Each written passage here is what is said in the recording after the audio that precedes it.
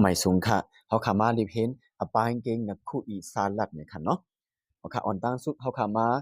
เตะรีเพนดี35แจก5เนี่ยค่ะเนาะ35แจก5เนี่ยค่ะค่ะเพราะว่าเขาเอา35มาแจก5เนี่ยเขาขาเอามีลายว่า35เนี่ยเป็นส่วนแจกเพียงไว้ตั้งเหนือและแจกรูนับ5ตั้งแต่เนี่ยค่ะเนาะเพราะนั้นพอเขาเอา35มาแจก5ในมันดีไล7เนี่ยค่ะเนาะ นั้นเฮาค่ะมีแจกเฮ็ดได้ก่อนเลยค่ะเนาะ5คูณ1ไหล5คูณ7ไหล35เพราะนั้นขอตอบมันไหล7เนี่ยค่ะเนาะนั้นเฮาค่ะมาวนแทงลายค่ะเนาะ35แจก5เฮาค่ะใจตัวนับ35แจกจอม5เนี่ยค่ะเนาะเพราะนั้นพอเฮาค่ะใครลายมันเป็นว่าตัวส่วนคันปลายกางเกงนึงค่ะเนาะเฮาค่ะรู้ได้ฮู้ไว้ว่าตัวนับ35ในตั้งแต่มันตึกแจกไว้หั้นค่ะ1เนี่ยค่ะเนาะ ตูนับ5ก็ตรงนั้นค่ะตั้งแต่มันแจกไว้ค่ะแจกไว้1เพราะนั้น35แจก5เนี่ยเขาคำมาลายเป็นตัวส่วนปลายเก่งนั่นค่ะเนาะ35แจก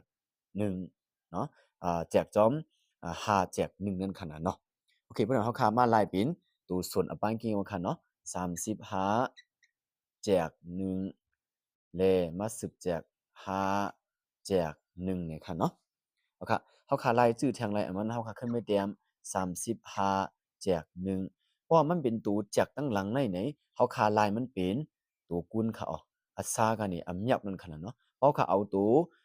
แจกในไล่เป็นตัวกุนอัซากันนี่อำยับเปียวหินอัน5แจก1ในมันลายเป็น1แจก5กับเขาอะเป็น1แจก5กับเพราะนั้นพอคำว่าสืบกุนไหนตั้งเหนือกุนตั้งเหนือตั้งเต๋อกุนตั้งไตค่ะ35คูณ1เนี่ยดีไรหังคาไหนไหล35ครับ1คูณ5ตั้งแต่ดีไรหังไหนดีไร5เพราะนั้นพอเขาเอา35มาแจก5ไหนขอตอบมันดีไร7เหมือนกันค่ะเนาะเพราะเขาคารู้ไว้ว่าเพราะว่าตูตั้งหลังในมันมีหมายแจกไว้อัซาไว้ไหนเพราะตั้งหลังมันนั้นเปลี่ยนไว้ปลายเก่งนึงขนาดเนาะเขาคารู้ไรอ่าลายปลายปีนขนาดเนาะ5แจก1เนี่ยเปลี่ยนทางคาไหนเป็น1แจก5กันนะคะอ๋อ เพราะเขาเอาอาซากันนี่อำยาวပြောင်းရင်အနောက်ဖက်ကရှိတဲ့အပိုင်းကင်းကိုပြောင်းပြန်လာนั่นขนาดเนาะ5จาก1เนี่ยเป็น1จาก5กะเปิ้นเฮาคำมาสืบซับแรงกันในขอตอบมันติได้7เหมือนกันค่ะเนาะวันนั้นเฮาคำมาสืบเลยเห็นแทง35จาก6และขึ้นเมสืบจากแทง5จาก3เนี่ยค่ะเนาะก่อนตั้งสุดตูตั้งหน้าเฮาค่ะขึ้นเมเตรียมขึ้น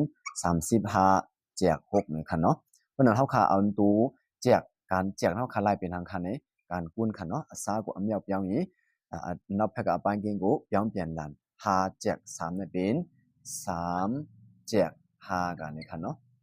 เอาครับเพราะนั้นเฮาคำว่า10คูณจื่อทางไหนเฮาค่ะเอา35ในมาคูณ3และ6ในมาคูณ5คูณ6ก็อะไร6คูณ5ก็อะไรค่ะเนาะเพราะเราคำว่า10จากด้วยค่ะเฮาค่ะเอา5ใน35แจก5ดีได้7ค่ะรุ่นเนาะ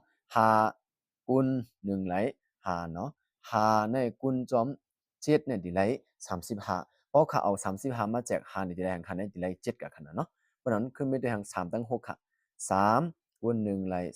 3คูณ2ไหล6เนี่ยค่ะเนาะเพราะนั้นเขาขาขึ้นเมสืบคูณตัวแทง7คูณ1 3เนี่ยมีเอาคันรุ่นเนาะ7คูณ1เนี่ยไหลหังคันเนี่ยไหล7 2คูณ1ก็ไหล